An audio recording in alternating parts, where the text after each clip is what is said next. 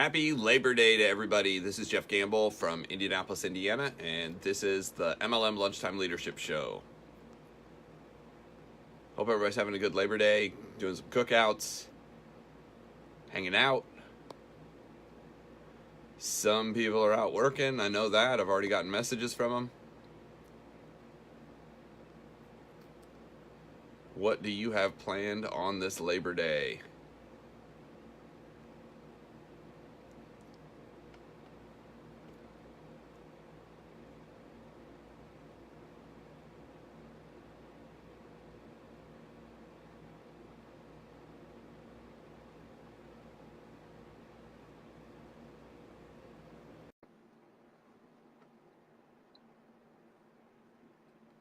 What does everybody have planned on Labor Day? Hopefully everybody's hanging out. Yeah, what's going on? Barbecues or whatever. Some people are just continuing what they do like we are. Yep. Because we love doing it. So today is number 1. We get to start fresh and learn again, going through the 21 Irrefutable Laws of Leadership by John Maxwell. Today is Law of the Lid, which is your the ceiling, your ability. So you can raise that lid or raise that ceiling to become a better leader and get better results in your business, life, relationships, everything. So hello, we are Jeffrey David Gamble of My Leadership Network, also a certified John Maxwell trainer, coach, and speaker, and Bess McCarty of the MLM Millionaire Club School for Network Marketers and Shrink of MLM. So everything rises and falls on leadership by John Maxwell. That's what he says. We love partnering to bring you these generic trainings every weekday, Monday through Friday, noon Eastern time. And you can always catch them if you're watching the replay. We'd love to know that. We'd love to know where you're from too. If you're catching the replay, you can catch these at the Facebook group, the MLM Lunchtime Leadership Show, and you can request to be a member there for other perks that are there. Our purpose is to help people grow, to educate, equip, and empower entrepreneurs and create independent servant leaders. So let's learn about the law of the lid. Okay, guys, so what we're going to do is get right into this. And there's really 4 things to all of these lessons. Number 1, all the lessons can be learned. You know, some people think leadership is specifically designed for certain people, or maybe you grew up in a certain household. Hi, Heather. Angie's with us. Sarah's with us. Hope you guys are having a good Labor Day, hanging out. Gonna go do some barbecuing or something later. So number 1, all the laws can be learned. Number 2, the laws all can stand alone. So these lessons are each one independent by themselves, can be learned, can be used. 3, the laws carry consequences. So by not knowing these laws, by not understanding these laws, they carry consequences with them for what ends up happening if you don't understand them. And number 4, the laws are the foundation of leadership. So this is where it all starts. And you really want to understand these if you're going to build any significant team, if you're going to create anything significant outside of what you're doing. They're great lessons to understand by bringing people on and understanding what's going on. So let's get into this. The Maxwell philosophy, it says we learn the laws in an overview. We discuss them, you know, basically living the laws, how it actually happens. And number 3, we lead others to the law based on what we hear. So there's going to be certain words that people use and you're like, oh, I need to teach this. So let's start out with the law of the lid. It says leadership ability is a lid that determines a person's level of effectiveness. It says the lower a level's ability to lead, the lower their lid and the lower their potential. He actually has a really cool chart on here, and he basically says the higher your leadership ability, the more success, dedication, the more time it's going to take, the more effort it's going to take, the more commitment you have to use to actually make this happen. Jennifer's with us. What's happening? So what ends up happening is your leadership will actually increase, your responsibilities increase, your ability, your overall effectiveness increases as your leadership ability increases. You have the ability to attract more people. And again, that's usually what you're trying to do when you're building inside of MLM. So this is directed towards, you know, MLM, real estate. It's directed toward financial services, insurance. Anytime you're trying to build a group of people, build an office, recruit a team, especially of independent salespeople. These are great lessons to be able to teach and bring into your company. Whenever you accomplish will be restricted or propelled by your ability to lead others. So if you want to move faster, this is stuff you want to, make happen right away and understand. How do you live out these laws, the understanding of the laws of the lid? Well, he said living this law is really kind of understanding these qualities. Now, he wrote another book, and I actually like this book as one of the top probably 5 books, simply because it helped me so much understand what it really took to be a leader. These were the lessons behind it, but this gave me more information on what I could personally do to improve. It says, go through the 21 indispensable qualities of a leader. So he actually listed the 21 indispensable qualities of a leader. I got that book over on my shelf. This is another one that I read on a regular basis. And it says, grade yourself on a scale of 1 to 10, finding the average. Well, obviously, if there's 21 and you have an average of 1 to 10, what you start to understand is where your strengths are, where your weaknesses are, where things you are and need to work. So what I'm going to do is I'm going to read through this list, and what you want to do is you want to give yourself a number of 1 through 10 on how well you think you have this characteristic. Some people aren't going to, there were some of these I was like, ooh, I'm not really good at that. I'm like a 2, I'm like a 5. So it's really going to share with you. And then what you do is you add up all the numbers, divide by 21, and that gives you an overall score. How well are you doing? Well, I came out like a 3 the first time. So I was really good at 3 of these principles, and the other 18 I didn't know existed. So you can imagine how good I was at those. So my leadership ability was very, very low, which meant I didn't have a real ability to affect a larger group of people. So let's walk through these. Number 1 is character. Character. Do you do what you say you're going to do? Number 2 is charisma. What kind of charisma do you have? Do you have the energy to bring, to bring it in? Could you imagine having 0 charisma, being a coach of some kind? Oh, guys, we need to go out there and get them. It's probably not going to work. You're going to have to bring it. Commitment. Do you follow through? Number 4 is communication. What is your ability to communicate with others? He wrote a great book called Everybody Communicates, Few Connect. So if it's something, you're not necessarily that good at, he kind of has a book for each one of these. Competence. How well do you know your subject matter? One of the things you're going to want to do when you're inside of direct sales or MLM, when you start presenting, is you want to be clear, you want to be competent, and you want to be concise. You want to be able to get to the information quick enough. Stephanie's with us. Hello. Number 6, courage. Do you have the ability to make decisions and walk out on your own and just go do it? Make it happen. 7, discernment. Can you decide what's next and what to do in what order? So we got 8, focus. Or is that 9? Nope, that's 8. 8 is focus. Do you have the ability to focus on the task at hand? Do you have the ability to stay on focus for how long?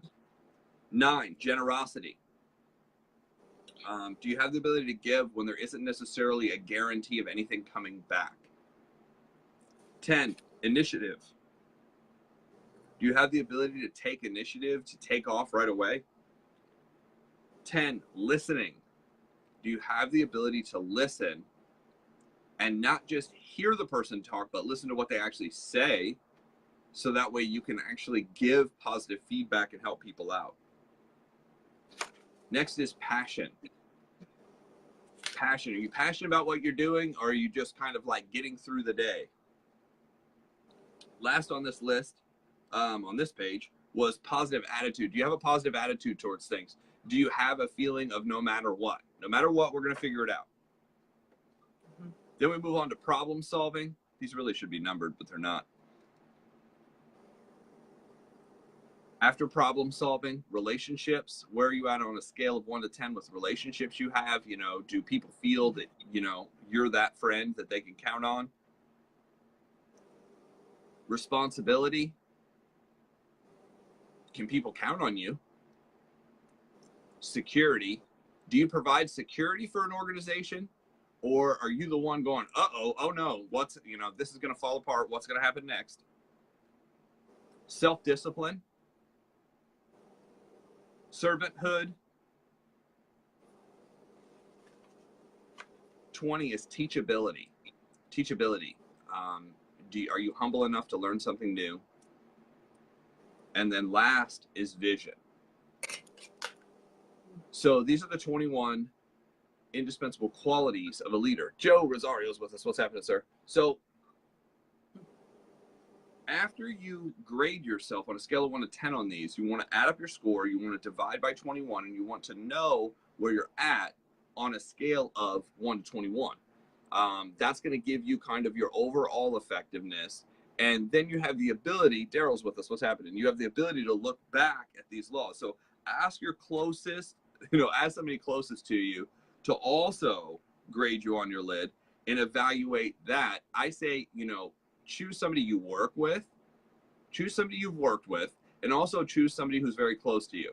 So based on what you think, based on what they think, based on what, a coworker thinks, you're going to have a better understanding of, sometimes people see you as a great leader in a certain area that you might not feel that you have those skills, but obviously you must have some of them because people feel that you do. So it's a good way to figure out kind of where you are on the chart. Now go back to the 21 laws and find out what your greatest impact is. Remember, you want to work on your strengths. You have to understand all of these, but you want to work on your strengths. Characteristics, these characteristics are necessary for you to, have. It was really interesting.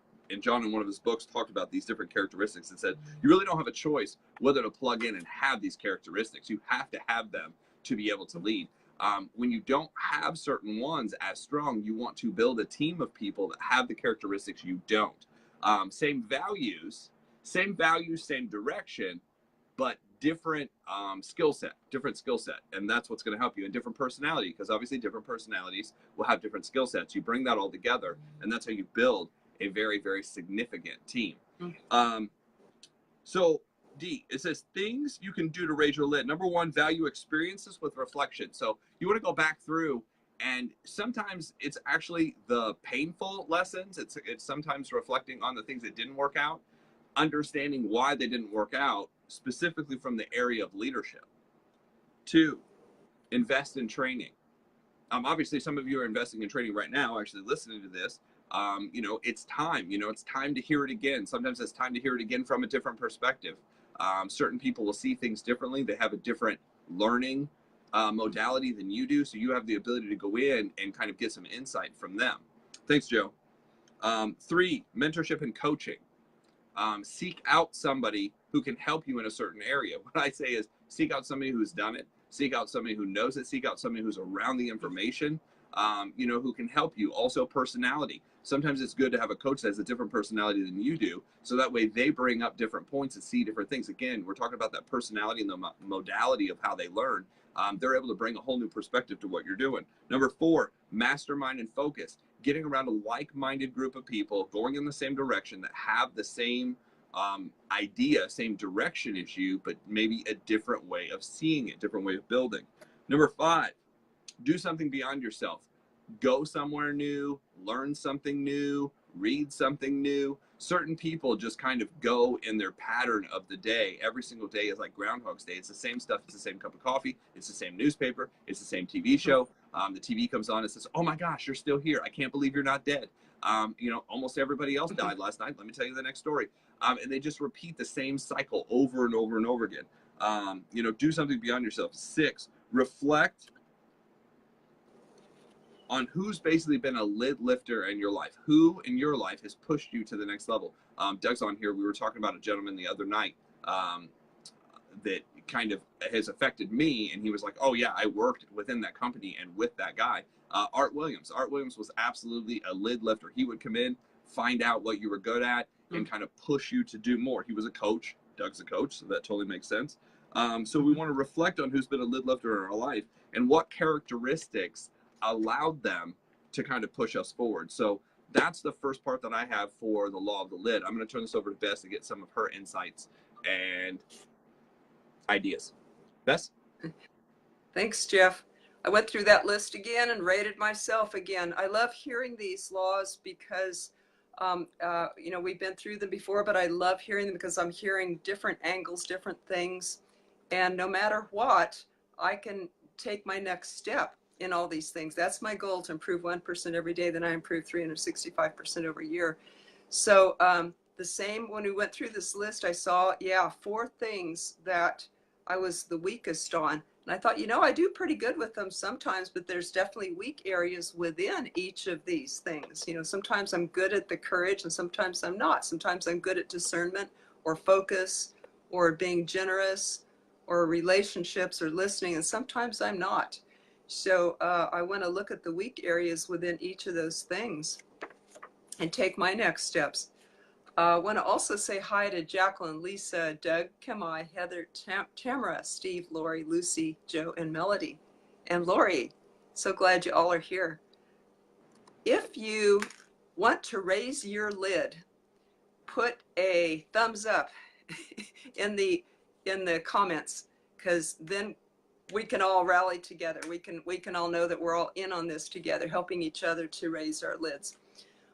Today is Labor Day. I actually looked up and saw where that came from and what it meant. Started in 1882, originally as a way to unify the labor union and reduce people's work hours, because at that time they were working, like the average worker was working, you know, industrial worker in the US was working 60 hours a week, 7 days a week. And so they were rallying for less work, not only for the benefit of their workers, but also the economists said, hey, you know, our workers aren't taking any time off to buy things or go on vacation. So it actually improved the economy when they reduced the work hours. But it took a while to do that. But how appropriate is this to talk with you, network marketers, on today, Labor Day? Because so many of you have a goal of escaping that workforce, of working for somebody else to make somebody else's dreams, right? And not that that's not wonderful work and respectful work. And I'm really grateful for all the jobs in this country that make it work, that make it go around. But some people know that they're cut out to work for themselves or to build their own dream. That's about 5% of people are entrepreneurs. And that's you guys. You're here and you're learning this, how to be a leader, not just a follower. You're learning, you're here on this show, learning to be a leader. And you know that this is your destiny. You feel it in your blood. You can't deny it. It keeps nagging you if you try to. So you are here to, a lot of people in network marketing are here to create their own future and not just be a worker or a follower, and to lead other people who are looking for the same thing. So even though today celebrates the work of these people, I also celebrate each of you for wanting to change and lift out of that. Maybe you're doing your network marketing business as a plan B until you can make that your main plan. So we acknowledge each of you for that. Gosh, someone asked me yesterday, oh, what are you doing for Labor Day? I said, oh, forgot it was even happening. I better be aware, because that's what matters to everybody around me, right? Not just my own little world. But really what I'm doing for Labor Day is I'm continuing to serve people, continuing to teach like we're doing now, and continuing to market our classes.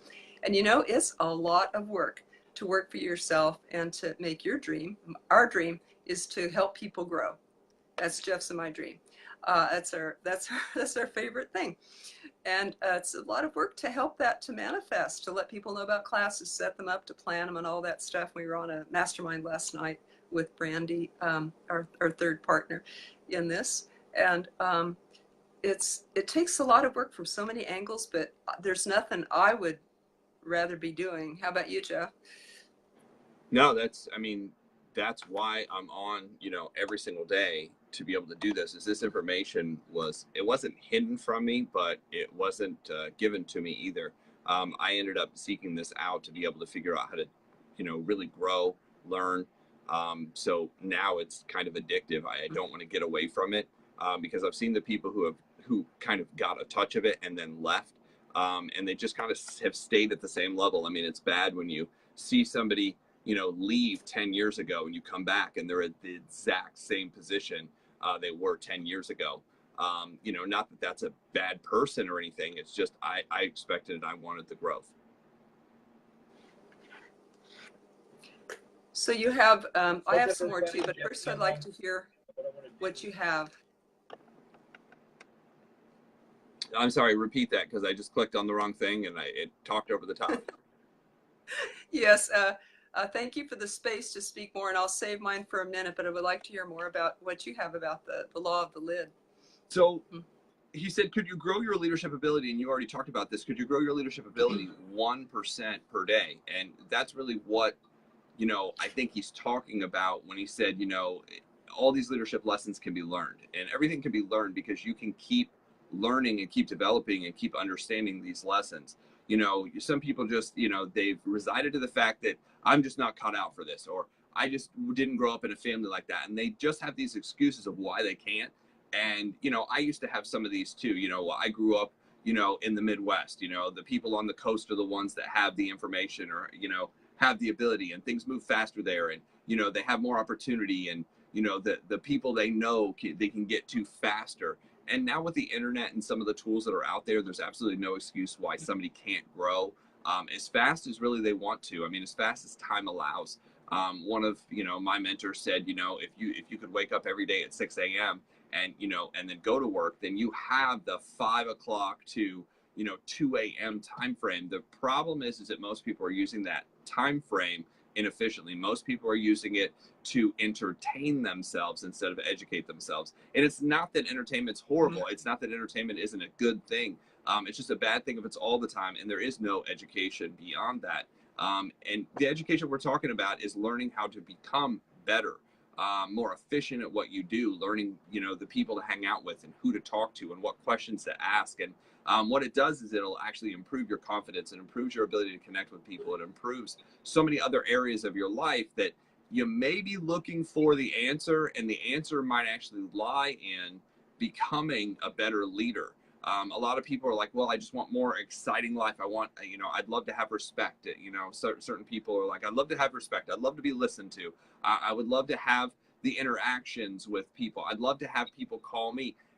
Part of that is a self-esteem based issue that necessarily isn't covered all in this chapter or in this book, but that has a lot to do with coaching. And that's things that I know Bess works on to help people overcome. So really a different way to look at this is if you want to use these laws and become a leader, what are some things that actually hold you back from making the decision to become a leader? Bess, I know you've coached a lot of people and done a lot of breakthrough coaching. What have you seen where people hold themselves back, where the lesson can be right in front of them, but they don't see it? Why do people have that problem? Well, because of our past programming, we're like computer programmers, and so many times in the past we were told when we were little, and we didn't have our defenses up, our intellect on board to say this can't be right, but we were told, and we just you know, accepted, you know, you can't do that, you're no good at that, you know, you can't do that. So we began believing that we can't do it. We believe that we don't deserve it somehow. You know, you shouldn't ask for that. You're selfish to ask for more. You don't need that. You don't want that. And we start believing it because we're just little kids and we don't have our intellect fully on board yet. So it's a habit that we tell ourselves. I call it the inner critic. And it may start out as a parent or caregiver, and then we internalize it to where now it's our inner critic saying this. And a breakthrough can happen in a moment. For many people, it happens over time, but it could happen in an instant of somebody seeing the good in you, which is really who you really are, until you can see that in yourself. So the best thing you can do for yourself or your teammates who are experiencing this is to believe in them. Believe in yourself and see a vision.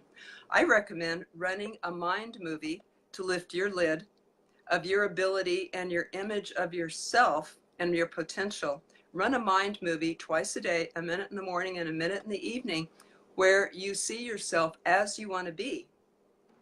See, the bad news is that we were programmed. The good news is that we were programmed so we can change it. It's changeable. I don't think that you came in with that program. I think you came in clean, like a clean little baby, a clean little being. And one that knew that your your potential and your splendor had no limits. And it's true. That is true. Anything else is not.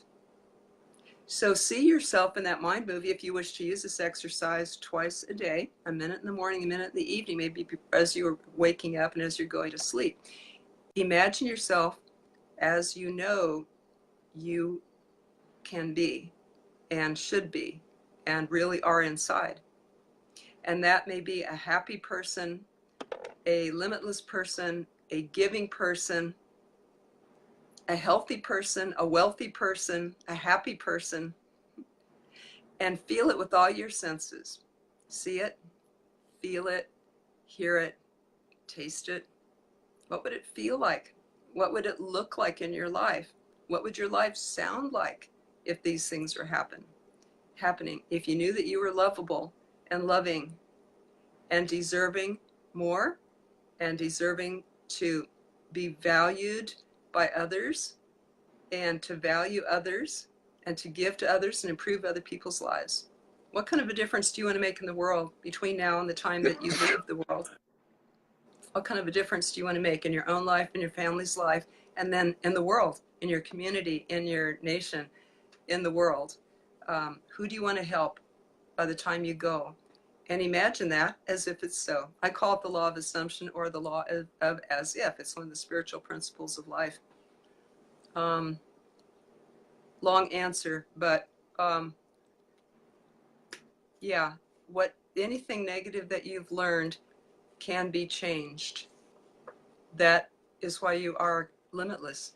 You're a creative, limitless, powerful being. And I have helped a lot of people have breakthroughs like Tony Robbins. Sometimes they're slow and many times they're fast, like giving birth almost, especially if you're ready. How do you know if you're ready? One man showed up to my office and he said, okay, now the pain is greater than my fear, the pain of holding back. And I know when I gave birth to my son, I didn't realize that I was pulling back with the muscles that I needed to relax and let go and let the birth happen. That created pain. When we pull back from that natural process that wants to happen, that's called pain. When we release that and let that go and let the baby be born, even though there's pain around it, there's less pain when we let go. And when we feel that pressure from life that it wants to change, I call it like if you have a garden hose and there's some rocks or mud stuck in there and the hose is off, no problem. That mud can be in there, that rock can be in there, that block can stay there. Or if you just turn up the hose a little bit and it trickles out, it can trickle around that rock. But if you turn it up full force, in other words, it's time. The baby wants to come out.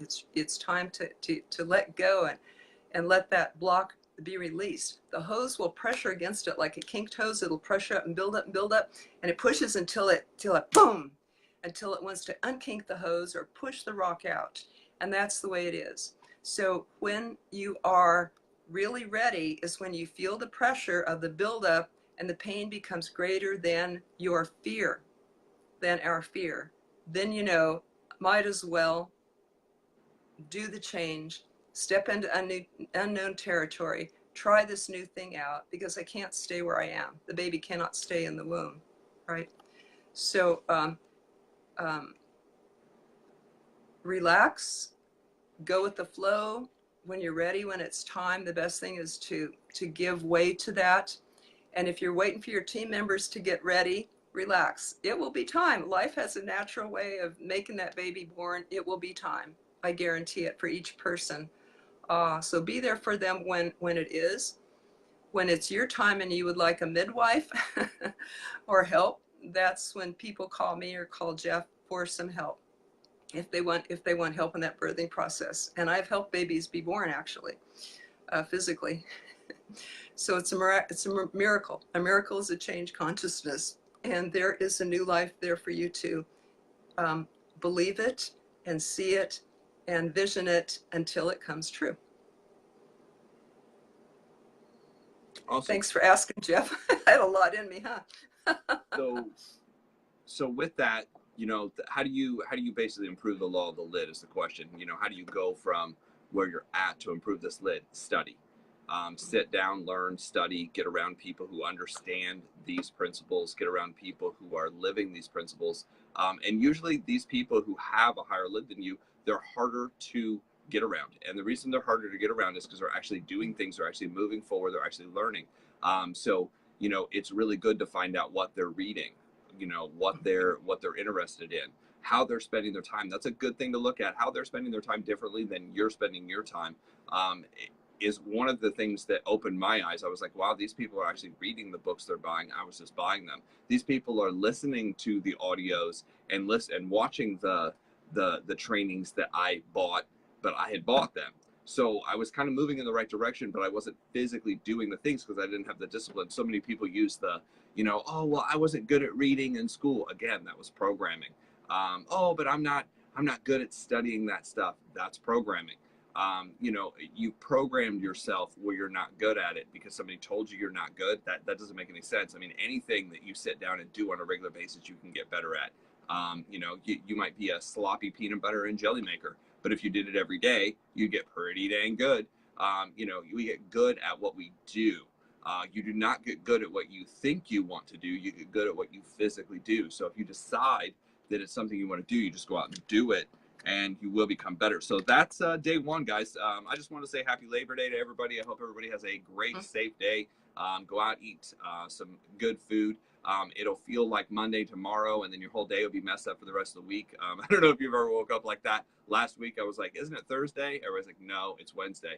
And I was like, I missed a day somewhere. And then even on Thursday, I thought, isn't it Friday? You know, I was just like way off because sometimes we don't take days off when I'm working, doing what I'm doing.